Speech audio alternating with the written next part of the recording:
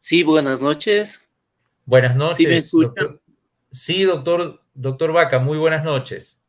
El tema de tiroides y enfermedades cerebrales es un tema fascinante porque es un tema que nos lleva a revisar las ciencias básicas.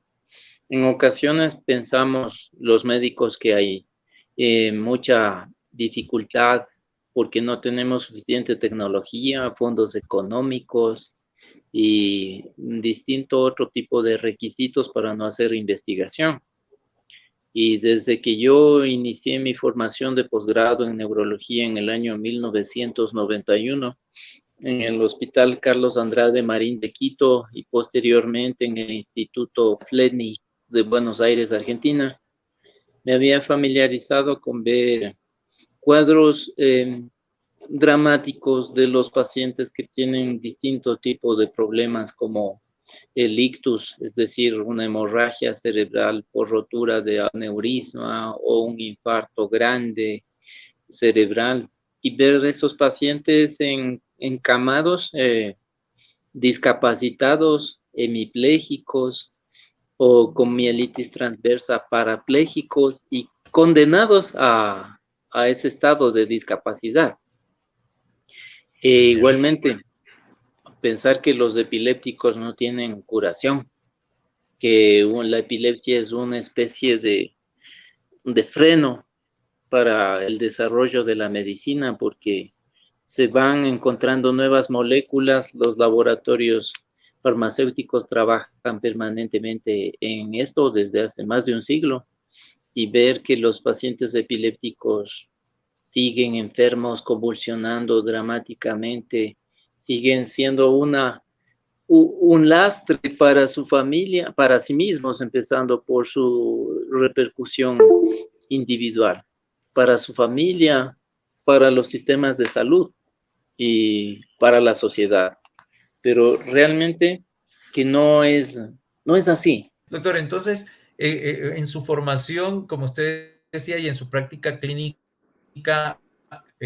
hospitalaria, viendo tantas patologías que aparentemente no tenían solución, ¿usted le vio una relación que ya no era solamente del sistema nervioso central, sino que tenían que ver con otra parte del organismo vital, ¿verdad? Sí, el tema es el siguiente. Se tiene que observar que todos tenemos células precursoras de las cuales nos originamos, y obviamente esto tiene que ver con la embriología. Ya. Tenemos que considerar también cómo funciona el sistema nervioso supeditado al ritmo circadiano. No es lo mismo tener convulsiones para un paciente en la mañana que en la noche. No es lo mismo para una persona con Parkinson, endurecerse, ponerse rígido, no poder moverse, no poder levantarse de la cama.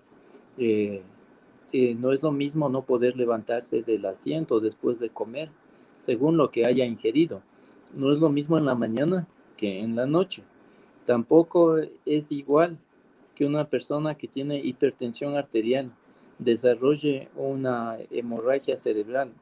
Eh, Después de 10 años de evolución de la hipertensión, que si se hace el diagnóstico de la hipertensión con suficiente antelación. Entonces, depende de todo esto de que los médicos abramos un poquito la mente y veamos varias cosas. Ya.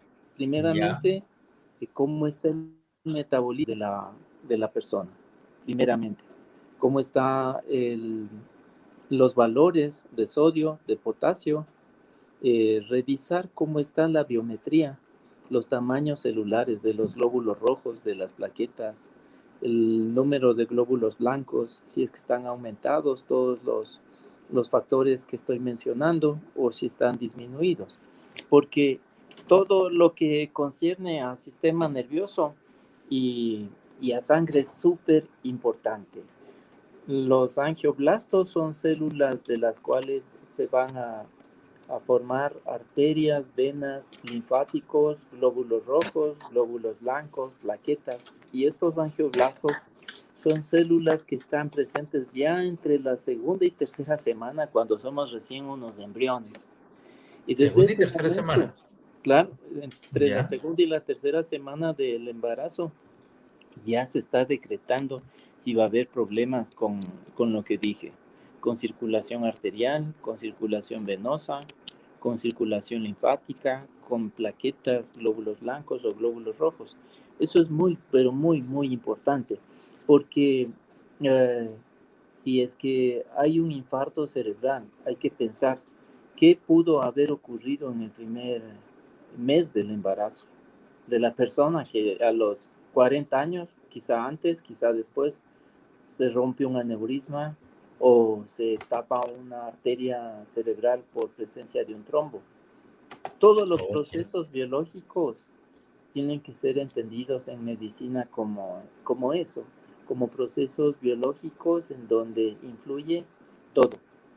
Influye cómo está el metabolismo de la madre, influye en dónde la persona va a nacer, influye de Ya. dónde vienen los ancestros y son, porque la persona puede ser que nazca en otro país, pero tiene ancestro manabita, por ejemplo, y se van a vivir a los Estados Unidos.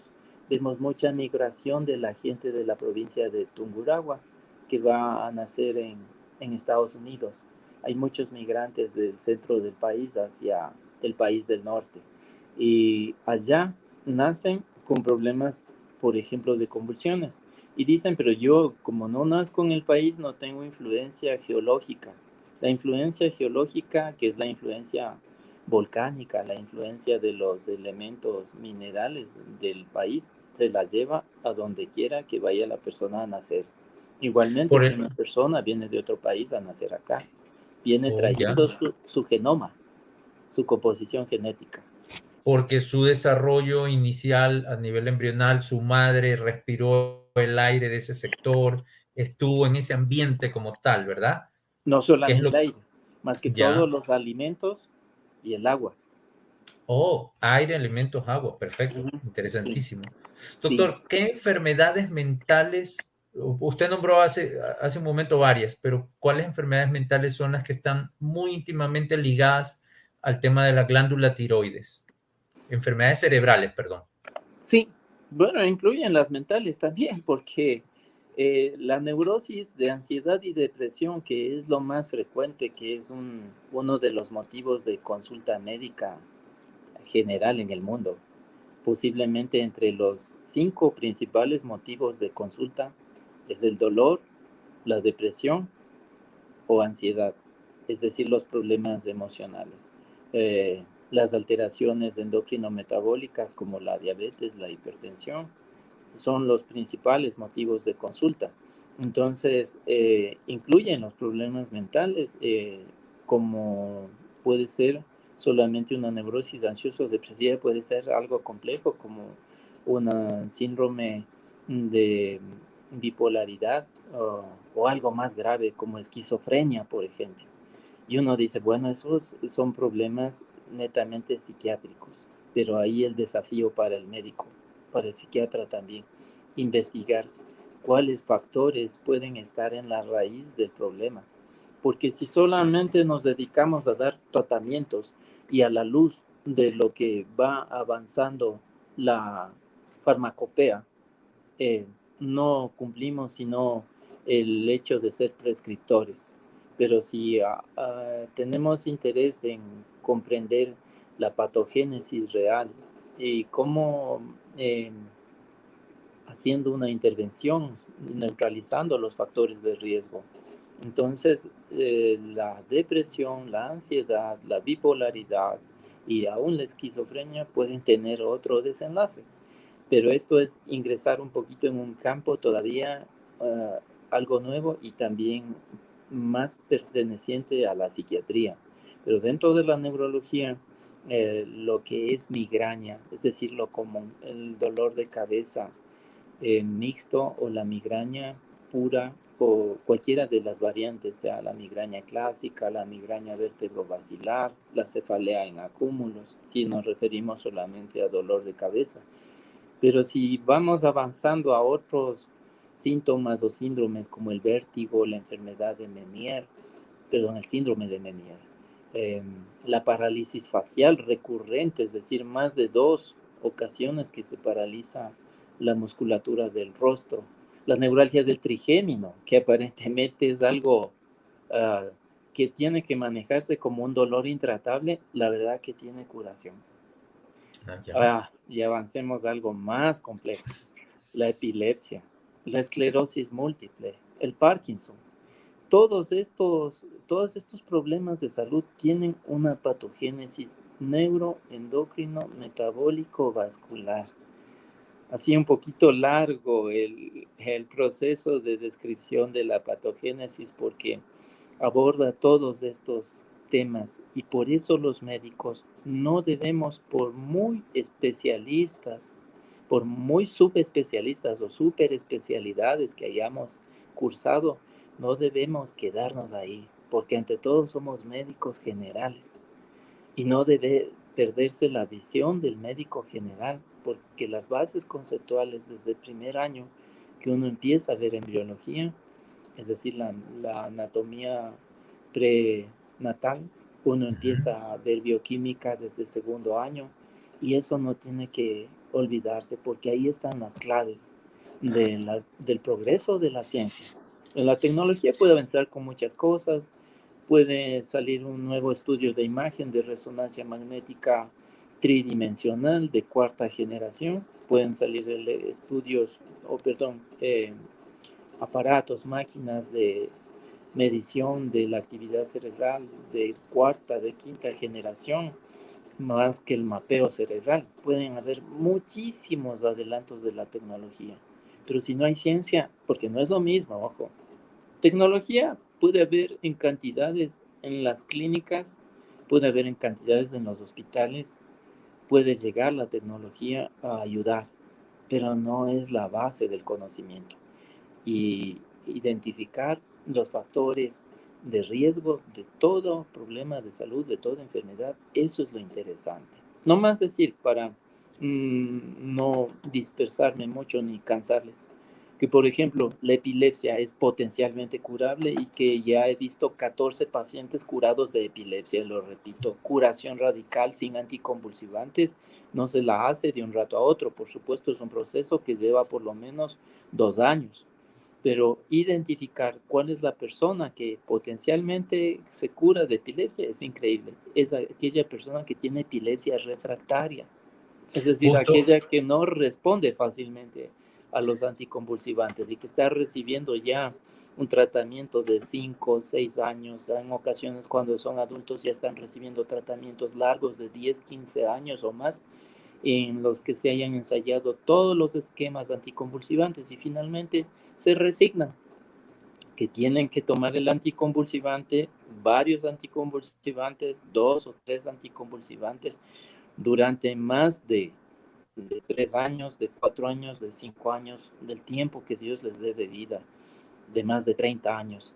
Pero saber que estos casos que son crónicos, que son polimedicados, que son refractarios y que estaban resignados a ser un problema incurable, son potencialmente curables en un alto porcentaje.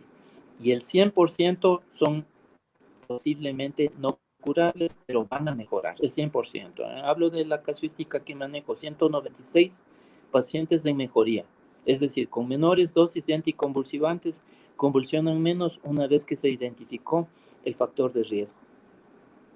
Esto Perfecto. Es importante. Y luego, nomás un abreboca, esclerosis múltiple, que se piensa que es algo también terrorífico, no lo es. No lo es. Simplemente está retrasada la producción de mielina. O pensar que los microadenomas hipofisarios tienen que ir a cirugía, tampoco. He visto más de 500 tumores de hipófisis haber cedido, incluyendo tumores de hormona de crecimiento. Los prolactinomas, que son más comunes, muy comunes, realmente más de 500 han sido prolactinomas y 2 tumores formadores de hormona de crecimiento. Entonces, todos estos son curables. Fantástico. Doctor, tengo unas preguntas de público. Erika Priscila desde Estados Unidos nos pregunta si los problemas de tiroides tienen que ver algo con la edad en el caso de las mujeres, porque ella ha visto, dice que las mujeres con problemas de tiroides en su gran mayoría llegan a los 40 años o más de edad. Ujú. Ya, los problemas de tiroides no son una enfermedad. El hipotiroidismo es muy común en Vilcabamba. La gente en Vilcabamba vive 130 años con hipotiroidismo, con nódulos de tiroides, ahora que todo el mundo está con el pánico del cáncer de tiroides. El cáncer de tiroides, después de los estudios del año 2016 de el doctor Nikiforov, el patólogo oncólogo, junto con un foro completo de 24 patólogos especialistas en oncología de tiroides, llegaron a la conclusión de que los nódulos de tiroides no deben puncionarse, solamente se deben ver con eco, se debe de seguir el tratamiento clínico con la levotiroxina, ese fabuloso aminoácido que ayuda a prevenir también muchos otros problemas que no solamente son el hipotiroidismo y los nódulos tiroideos, que abarcan los nódulos de todos los órganos endocrinos, nódulos de seno, que muy a futuro probablemente degeneren ante el microscopio y ante el desenlace clínico en cáncer de seno, son muy susceptibles de ser tratados con bastante antelación. Así que el hipotiroidismo no es una enfermedad, es simplemente cronotropismo químico lento, reacciones enzimáticas lentas, producción de enzimática lenta. Si el metabolismo de la mielina está demorado, quiere decir cronotropismo enzimático lento. Y si esto aplicamos a todos los problemas, al menos en el caso de enfermedad de Parkinson, que el paciente de por sí es lentito, nos traduce, nos está hablando los síntomas clínicos de que tiene problemas de lentitud metabólica cerebral, especialmente en el locus níger, en donde se produce la elaboración de dopamina. Y por eso se le da el tratamiento con un suplemento de levodopa, que es lo que hasta ahora, más otros principios activos, ayuda mucho. En fin, hay Doctor, tantas cosas que decir. doctor, una pregunta. ¿Por qué sus colegas en neurología que tratan varios enfermedades de neurología no son tan frecuentes de que manden estudios de la tiroides como tal? Ya, se tiene que entender, como mencioné antes, que nosotros ante todo somos médicos y médicos generales. Si solamente nos restringimos al panel sugerido por los tratadistas de la especialidad de neurología, obviamente dicen esto no es problema mío, esto es un tema del endocrinólogo, pero es ahí en donde está el fracaso de los médicos neurólogos y está el fracaso de la neurología universal. Mirar a los pacientes solamente como que el universo de estudio es del cuello hacia arriba y tal vez solo la médula espinal y los nervios periféricos. Eso es querer sectorizar demasiado y por eso no se pide hormonas de tiroides. Creo también que tiene que ampliarse el posgrado de neurología, por lo menos con un año más solamente de endocrinología. Y quizá en ese año también, pues es lógico, medicina interna general. O sea, el posgrado de neurología debería de ampliarse un año más, por lo menos, porque realmente el Perfecto. médico que se bautizó como estudiante desde que ingresó a la Facultad de Medicina se queda con ese diploma de estudiante mientras ejerza y gracias a Dios he cumplido 34 años de ejercicio, no he dejado de estudiar, pero ante todo no estudiar solamente lo que reporta el New England o eh, cualquier actualización internacional, porque pensamos que en, en las revistas científicas o el current opinion eh, está la clave de todo. Hay mucha revisión bibliográfica y revisión de temas sin una actualización y una universalización, una amplificación de del enfoque del paciente. Y eso incluye principalmente hormonas, pero no solamente hormonas de tiroides. Prolactina, cortisol son indispensables. Por ejemplo, Hace una semana tuve una niña con cortisol bajo. Yo siempre tomo la precaución de observar cómo están las hormonas de la madre. La madre tenía también cortisol bajo y en el eco de tiroides tenía nódulos tiroideos. Entonces uno dice, pero las hormonas de tiroides están normales. La nena tenía la T4 libre un poquito baja, en 0,99 y el rango empieza en 0,96. Uno dice, bueno, le faltan 2 centésimas, no tiene hipotiroidismo. Por favor, son nanogramos, es decir, es 1 por 10⁻⁹. No es lo mismo ver glucosa para cualquier máquina, aparato, dispositivo o el cerebro. No es lo mismo ver una glucosa baja o alta que se mide en miligramos que ver hormonas bajas o altas que se miden en nanogramos. Son partículas 1 millón de veces más pequeñas que la glucosa o el colesterol. Interesante, doctor. Súper bien.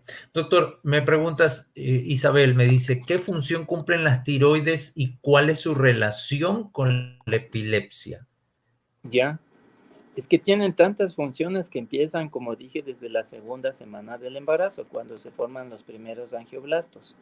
Entonces, desde ese momento, el hipocampo, que es el centro más importante donde se ha identificado la generación de crisis convulsivas en el lóbulo temporal.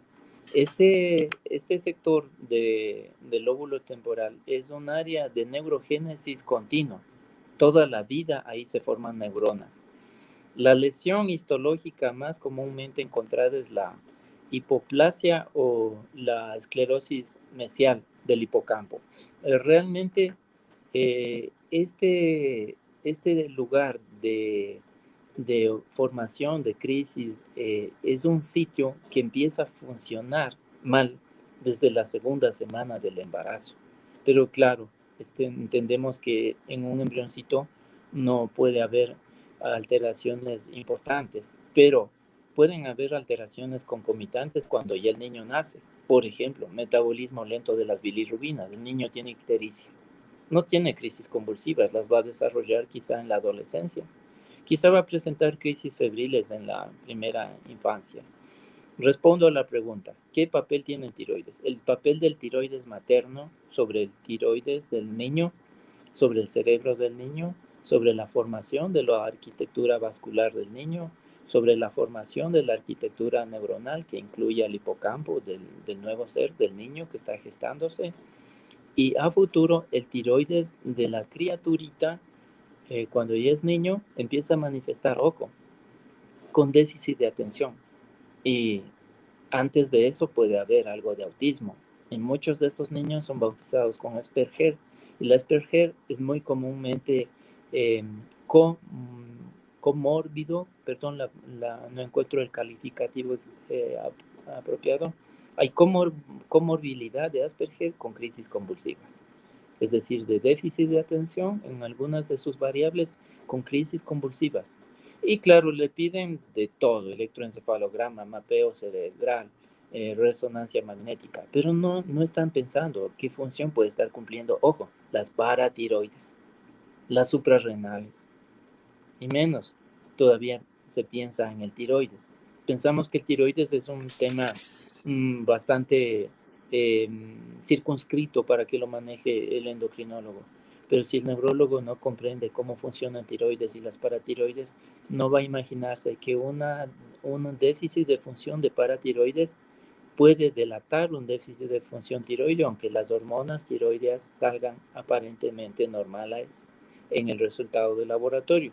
Las paratiroides van a generar, por ejemplo, valores bajos de calcio cuando hay baja función o cuando hay un incremento de función, valores altos de calcio. En el análisis hecho en estos 196 pacientes, lo que más se ve es calcio alto, magnesio alto. Pueden haber varias alteraciones de los electrolitos, los 5 electrolitos principales, del sodio, el potasio, el calcio, el magnesio y el fósforo. Pero lo que más se ve comúnmente es hipercalcemia. ¿Y esto por qué? Por disfunción de las paratiroides. Pero esa disfunción viene generada también por una falta de producción de energía, por una baja función mitocondrial, porque el ciclo de Krebs no está aportando la suficiente energía para que cada célula cumpla con su función. Interesante. Cuando no hay una buena producción de energía, entonces el hepatocito, la célula del hígado, no está trabajando bien. El niño nace con ictericia, no está metabolizando bien las hormonas, las bilirrubinas ni las hormonas. En el adulto o en el adolescente, también las bilirrubinas pueden subirse, el famoso síndrome de Gilbert.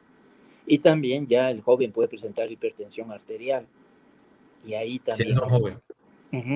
Ahí. Doctor, me pregunta también Jaime Guerrero, gracias por su sintonía, si el Asperger también se puede curar tratando la tiroides. Ya, puede mejorar. Decir que todo sea curable, no. Voy a volver a exponer. En 196 casos de epilepsia, 2 han mejorado, pero 14 se han curado. No es que todos se curan. Bueno, sería extraordinario si eso pudiese suceder. Pero el Asperger también mejora, y mejora notablemente. Ojo, el Asperger visto en mi casuística, alrededor de 14, todos han mejorado en todos los aspectos. Atención, concentración, desarrollo del lenguaje, dislexia ha mejorado. Todas las manifestaciones de hiperactividad, todas han mejorado. Pero de estos chicos, cuando se les mira hormonas tiroideas, todas están normales. Por eso siempre es importante pedir hormonas tiroideas a la madre, porque más viene esto por línea materna a través de varios cromosomas, y uno de esos, el cromosoma X, porque tiene mucho ADN, tanto que es intangible para la genética. Y yo le desafío a cualquier genetista si me quiere contradecir, porque hay demasiado desconocimiento y hay muy poca intervención, muy poca investigación en lo que tiene que ver con material genético. No se revisa bien los antecedentes. Generalmente los padres, la madre, las abuelitas vienen de provincias endémicas de hipotiroidismo. Son provincias generalmente volcánicas. Aquí en el Ecuador, en la sierra, todas, pero principalmente Tungurahua, Chimborazo, Bolívar, Cotopaxi, Azuay, Imbabura. Y por extensión, por volcanismo antiguo, no por volcanismo moderno, la provincia de Loja. Por eso mencioné, Vilcabamba es uno de los sitios donde se manejan mejores tasas de supervivencia y calidad de vida, pero la vida de la gente allá es orgánica. No hay estrés, no hay alimentación artificial, por lo menos no la había. Conforme se van modernizando esa comunidad, lamentablemente ya quedará en la historia la longevidad. Doctor, ¿alguna recomendación para el público en general acerca Bueno, de tal vez sus dolencias que todavía no han sido resueltas? sí, bueno, cuando yo hablo, voy a mencionar, por ejemplo, esta publicación. Esta la hice aquí en el país, en una editorial nacional. En la actualidad, esta publicación está en la biblioteca de la Universidad de Barcelona, porque a veces pensamos, bueno, este doctor, ¿dónde tiene sus publicaciones? Y no tiene publicaciones indexadas.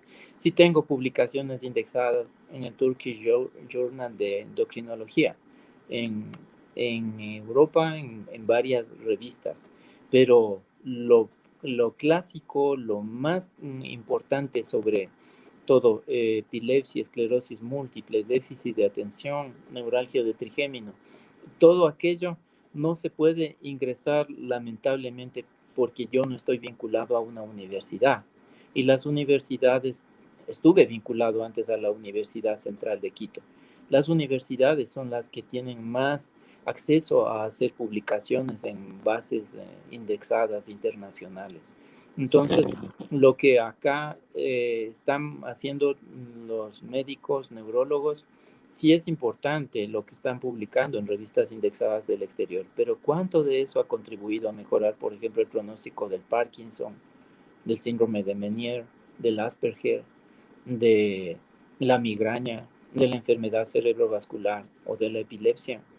Todo lo que se ha podido hacer en investigación de neuroendocrinología ha tenido una fuerte repercusión en cambiar el mal pronóstico a buen pronóstico y en un determinado porcentaje mínimo. un 5% de curación de todo lo que acabé de mencionar. 5% de curación radical. Que para esos 5, aunque sean 5 pacientes, va a ser un cambio total O en sea, su 5 vida, por ¿no? cada 100. 5 por cada 100. Exacto. Claro, Si son 1000 personas, son 50 50. pacientes de curación en casos de epilepsia. Y al final de cuentas, doctor, con la mejoría a todos los pacientes que se les puede pues, otorgar a través del tratamiento con tiroides, no solamente los pacientes se benefician, sino todo a su alrededor, porque usted mismo lo decía, ¿no? Su entorno familiar es el que a veces está muy pendiente de ellos y sufre con ellos la enfermedad. Sí, Entonces, y puntualizar que sí, el tiroides no es un problema que se circunscribe al cuello. El tiroides repercute en las mitocondrias, en el metabolismo mitocondrial, la transformación de la materia en energía, la formación de monoaminooxidasa en el cerebro.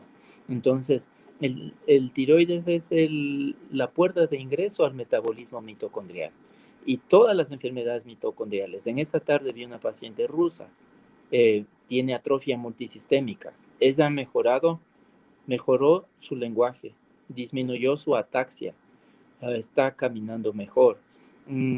Tenía trombocitosis, sus plaquetas estaban en 450,000, en la actualidad están en 200,000. Es decir, uno tiene que revisar todas las variables, porque si solamente vamos a ver al paciente a través de la resonancia magnética y no revisamos valores hormonales y no revisamos cómo están las células, entonces estamos haciendo un trabajo fragmentado e incompleto.